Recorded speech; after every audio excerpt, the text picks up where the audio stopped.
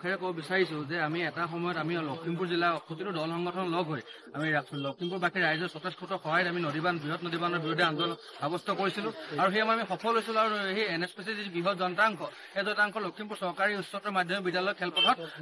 প্ৰশাসনে নিপানি আবদ্ধ কৰি ৰাখিছিলে আৰু আজি কি হৈছে দুৰ্ভাগ্যজনক কথা লখিমপুৰবাসী ৰাইজ যেতিয়া পঞ্চায়ত ইলেকশ্যনৰ ধুমধামাৰ মাজত ব্যস্ত হৈ আছে সেই সময়ত কি কৈছে লখিমপুৰ জিলা প্ৰশাসনে মনে মনে লখিমপুৰ চহৰৰ মাজেৰে এই NSPC যন্ত্ৰাংশ লৈ গৈছে সেয়া অতি দুৰ্ভাগ্যজনক লজ্জাজনক কথা আমি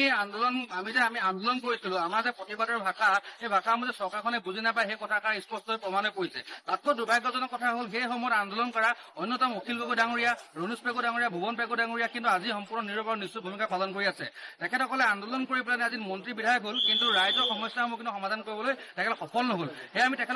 তেখেতক আজি সকীয়াই দিব বিচাৰিছো যে আপোনালোকে কেৱল ৰাইজৰ আৱেগৰ লগত খেলা কৰি আন্দোলন কৰে নেকি নে তলৰ তৃণমূল পৰ্যায়ৰ কৰ্মীসকলৰ আৱেগ অনুভূতিৰ কথা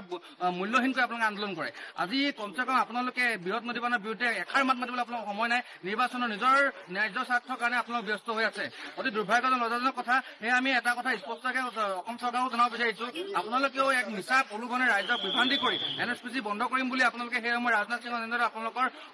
অসম বিজেপিয়ে সেই সময়ত প্ৰতিবাদ সাব্যস্ত কৰিছিলে তাৰপিছতো আজি কিন্তু NSPC কাম সম্পূৰ্ণ হোৱাৰ পথত আজি আমি এটা কথা স্পষ্টকৈ ক'ব বিচাৰিছো যদি আপোনালোকে এই NSPC কাম যিমানে জোৰদাৰ নকৰক কিয় কিন্তু প্ৰকৃতিয়ে কিন্তু প্ৰতিবাদ বাধা দি আছে এই প্ৰকৃতিৰ বাধাৰ প্ৰতি আপোনালোকে সন্মান জনাই NSPC বৃহৎ কাম বৈজ্ঞানিক পদ্ধতি অৱলম্বন কৰক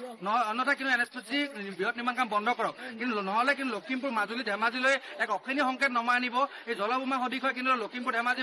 বাকী ৰাইজৰ খিলঞ্জীয়া ৰাইজৰ যে ভৱিষ্যত অন্ধকাৰ গতি কৰিব সেই কথাটা স্পষ্ট